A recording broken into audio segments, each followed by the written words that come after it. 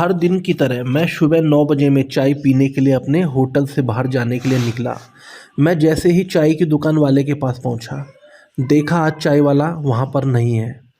शायद देर से पहुंचने के कारण चाय वाला वहां से जा चुका था।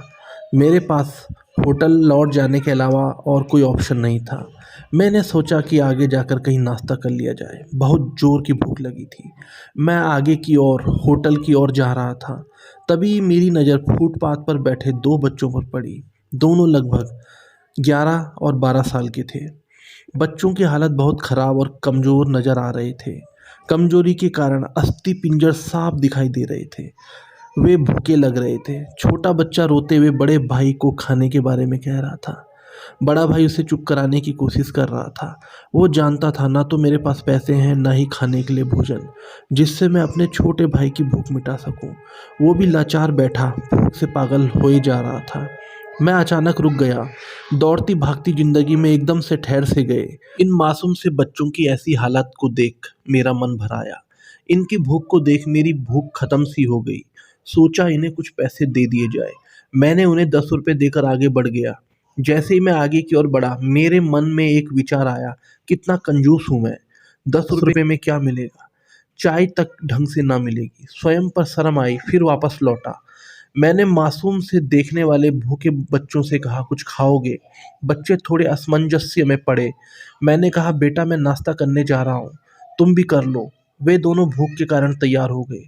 उनके कपड़े गंदे होने और ऐसी हालत में देखकर होटल वाले ने डांट दिया और भगाने लगा। मैंने कहा, भाई साहब उन्हें जो खाना है वो दे दो, पैसे मैं दे दूंगा। मेरी बात सुनकर होटल वाले ने आश्चर्य से मेरी ओर देखा। उसकी आंखों में उसके बर्ताव के लिए शर्म साफ दिखाई दी। बच्चों ने नाश्ता, मिठाई व लस्सी मांगी। सेल्फ सर्विस के कारण मैंने नाश्ता बच्चों को लेकर दिया। बच्चे जब खाने लगे, उनके चेहरे की खुशी देख मेरे चेहरे पे स्माइल आ गया। उस वक्त हमें दुनिया की काफ़ी अच्छी फीलिंग आ रही थी। उन दो मासूम बच्चों को देख अपना बचपन याद आ गया।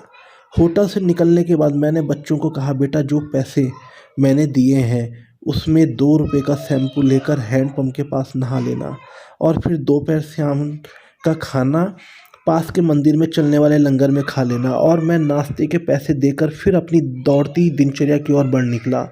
होटल के आसपास के लोग बड़े सम्मान के साथ देख रहे थे। होटल वाले के शब्द आदर में परिवर्तित हो चुके थे। मैं अपने होटल की ओर निकला। थोड़ा मन भारी लग रहा था।